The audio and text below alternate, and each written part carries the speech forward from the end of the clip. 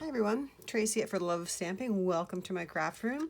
Today I want to show you how I'm going to use the new blender brushes with various inks and a little stencil that I created. I used this stencil, or actually it's a die that comes with the Simply Succulents, which is a new set of dies that will be available in the mini catalog starting January the 5th. Ran it through my Big Shot and die cut out a piece of white and I'm now placing it on top of white. And what I'm going to do is using these wonderful new blender brushes from Stampin' Up, again also available on the 5th of January. I'm going to show you how I can create a stenciled background using various shades of blue. So I have Coastal Cabana, I have Pacific Point, and I have Bermuda Bay.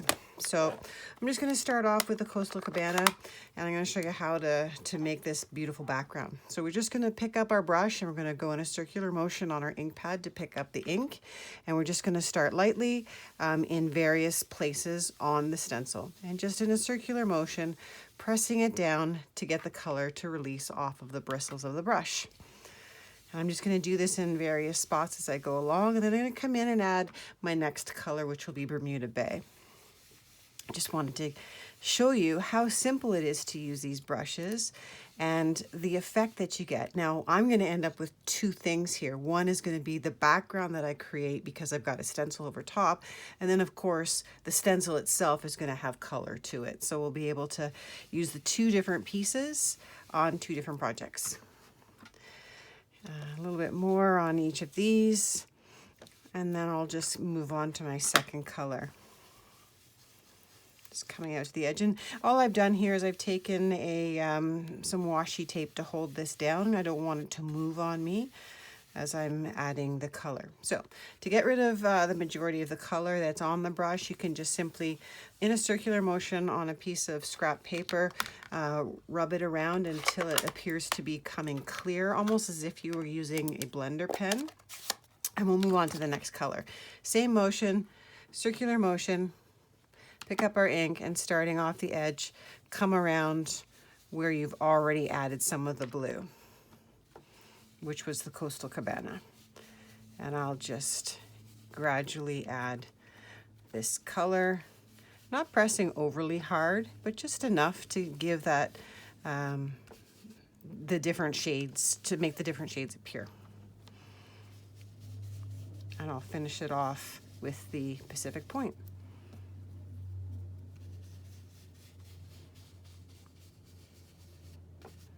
Okay, again, circular motion. Notice how I'm pushing my finger on the back of the brush and not holding it down here.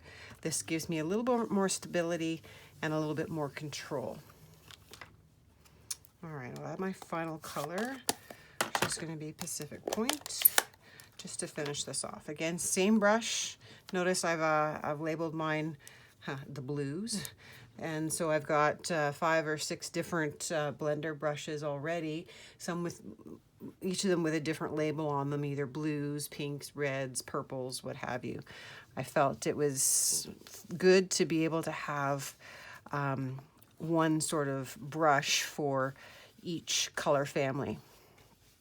And it's so easy just to blend these colors together. These brushes are amazing. I love them. I find that blending ink now is way easier than it's ever been. Using sponges, I found oftentimes you could get marks, you'd get lines, creases, you'd see the edges where one ink was moving over the other and not blending in very well. These brushes just allow you to just keep going in a circular motion and blending the inks together. Super easy. You'll never go back. I swear you'll never go back to sponges once you've used these brushes. And that's really all I'm going to do with this. I just wanted to add the color to it. Cleaning the brushes, very easy to do. You can run them under water. You can use your Simply Chamois. You could use an old rag, whatever you like. I'm just going to take mine and merely touch it on the surface of my Simply Chamois, and then wipe it off on the surface of a piece of scrap paper. Do keep in mind that these will retain water. You're going to need to make sure that if you want to use them again, that you don't start running them underwater, because it will take time for them to dry. And if you start to use it again with the inks, you may end up with marks on it that you don't want. So what I'm going to do is just take my chamois, and I've just got this plastic down, so to avoid me from getting ink all over my fingers and then onto the spots that I don't want it, I'll just use my chamois to pick that up. And if you don't have one of these chamois, you should get one. They're great to have. You can rinse them out, you can reuse them over and over again, and yes, they're going to end up with color on them and what have you, but when you're cleaning off, it'll never pick up onto what you're cleaning. So the Simply Chamois is the 147042, and let's start removing carefully our washi tape. Sometimes washi tape can stick a little bit more than we like, but I'm not worried about that for this purpose, because really what I wanted to be able to see and show you was how this looks once we've finished with the blender brushes. Again, they'll be available January the 5th. So we'll just peel all this tape off. And you notice that on the sides I had it so that it was taped down to the surface of my my plastic. These ones I've actually taped around the back just to hold it down so that it didn't slip as I was doing my coloring. So we'll lift that off and carefully lift this off.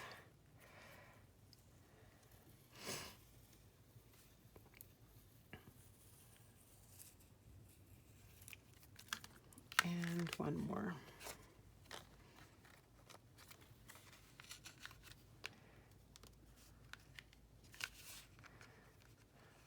Not as easy as it looks to get off once it's on there. If you have fingernails, the acrylic ones, sometimes they are too thick, like mine, but that's okay. That's what our little pokey tools are for. Actually, this is called the take your pick or tool.